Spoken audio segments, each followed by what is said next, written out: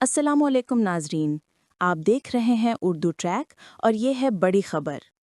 ناظرین، اسلام آباد سے پاکستان کی اعلیٰ ترین عدالت کے بارے میں ایک بڑی اور غیر متوقع تبدیلی سامنے آئی ہے۔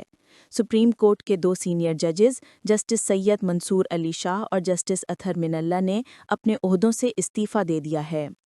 ابتدائی اطلاعات کے مطابق جسٹس منصور علی شاہ نے اپنا 13 صفحات پر مشتمل استعفیٰ صدر پاکستان کو بھجوا دیا ہے۔ ذرائع کا کہنا ہے کہ جسٹس منصور علی شاہ نے 27ویں آئینی ترمیم پر سخت تحفظات ظاہر کیے تھے اور اس حوالے سے انہوں نے chief justice of Pakistan justice Yahya Afridi کو 2 الگ خطوط بھی لکھے تھے۔ ناظرین، موصول ہونے والی اطلاعات کے مطابق دونوں ججز نے سپریم کورٹ سے اپنے چیمبرز بھی خالی کر دیے ہیں۔ یہ ایک غیر معمولی پیش رفت ہے اور ملکی عدالتی منظرنامے پر اس کے اثرات انتہائی گہرے ہو سکتے ہیں۔ آئینی سطح پر کیا تبدیلیاں سامنے آئیں گی اور سپریم کورٹ میں آئندہ کی صف بندی کیا شکل اختیار کرے گی، یہ سب سوالات اب بحث کا حصہ بن چکے ہیں۔